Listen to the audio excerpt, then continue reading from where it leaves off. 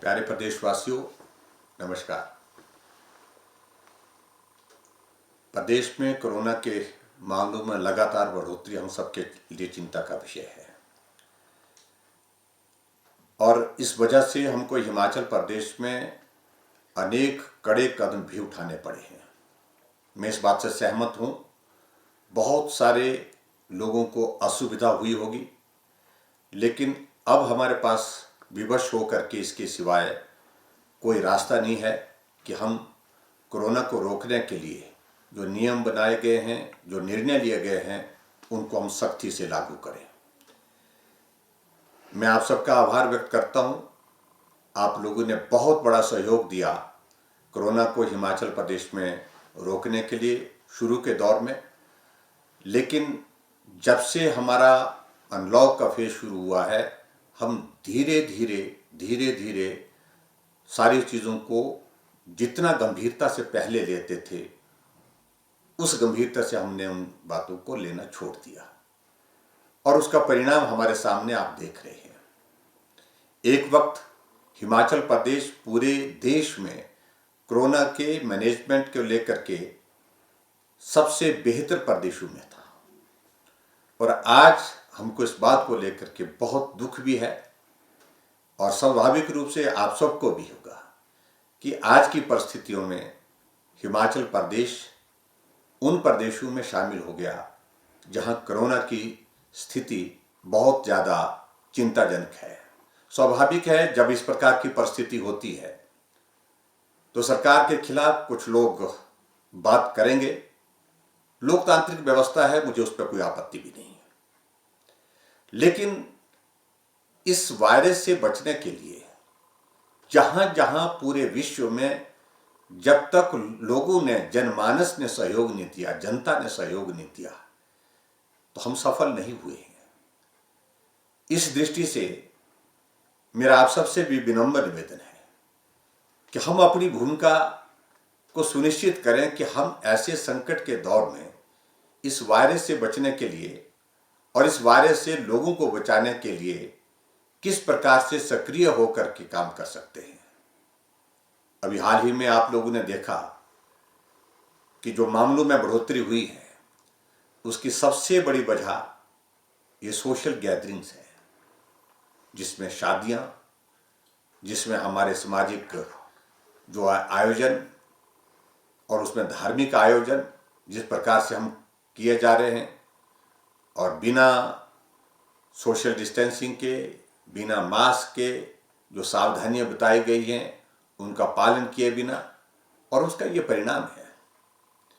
अभी हाल ही में हमने जो पूरा स्टडी किया, पूरा अध्ययन किया, उसमें ये पाया गया है कि हिमाचल प्रदेश में जितने भी मामले बढ़े हैं, उसमें सबसे ज़्यादा कंट्रीब्यूशन, लगभग 80% कंट्रीब्यूशन जो हमारे इस प्रकार के समारोह हो रहे हैं, सामाजिक समारोह, धार्मिक समारोह हो रहे हैं, उनकी वजह से हुए हैं, और जिसमें शादियां प्रमुख रूप से हैं।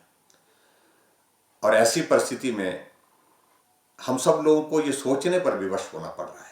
ऐसी एक नहीं, अनेक जगह इस प्रकार की घटना हुई जहां एक एक शादी में 50 लोग, 60 लोग और इससे भी ज़्यादा लोग संक्रमित होकर के या पूरा गांव का गांव भी संक्रमित हुआ है। और इसलिए जब शुरू के दौर की परिस्थिति थी, जब वायरस बाहर से आ रहा था, हमने बहुत सख्ती की और बॉर्डर पर रोक करके लोगों के टेस्ट भी करवाए। लोगों के टेस्ट करवाने के साथ साथ में उनको क्वारंटीन भी किया।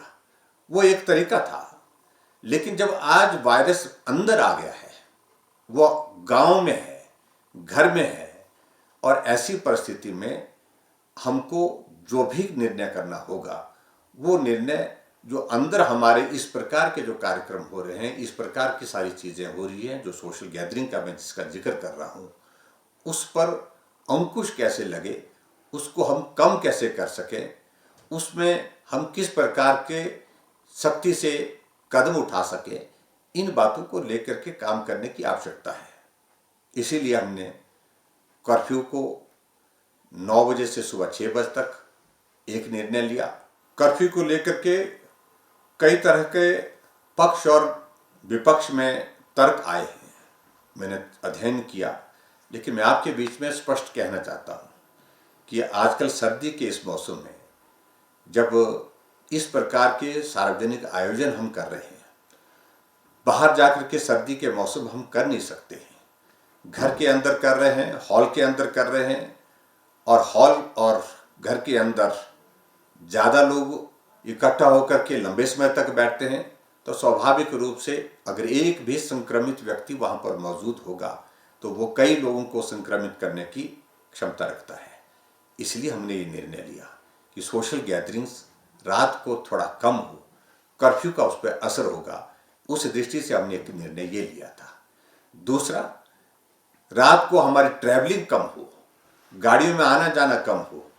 मजबूरी में जाना एक परिस्थिति अलग तरह की है, लेकिन अनावश्यक हम ट्रैवलिंग को किस प्रकार से रोक सके उसको सुनिश्चित करने के लिए कर्फ्यू का असर स्वाभाविक रूप से होगा।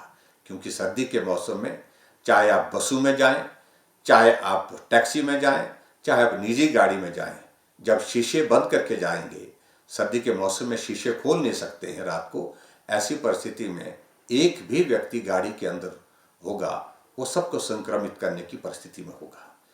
जो हमने सख्त निर्णय लिए हैं उसके कारण स्वाभाविक रूप से बहुत सारे लोगों को असुविधा हुई होगी।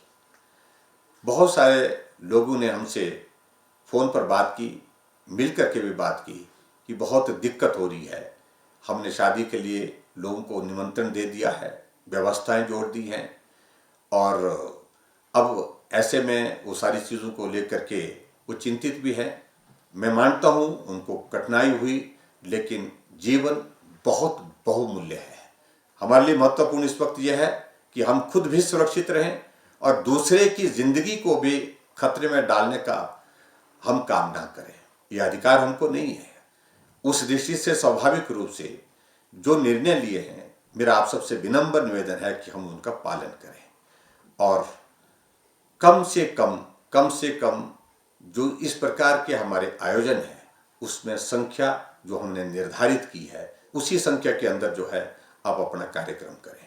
हमने मंत्रियों को भी कहा कि 50 से ज़्यादा लोग अब सार्वजनिक कार्यक्रम में नहीं होंगे, चाहे कार्यक्रम सभा का बाहर हो चाहे वो हॉल के अंदर हो।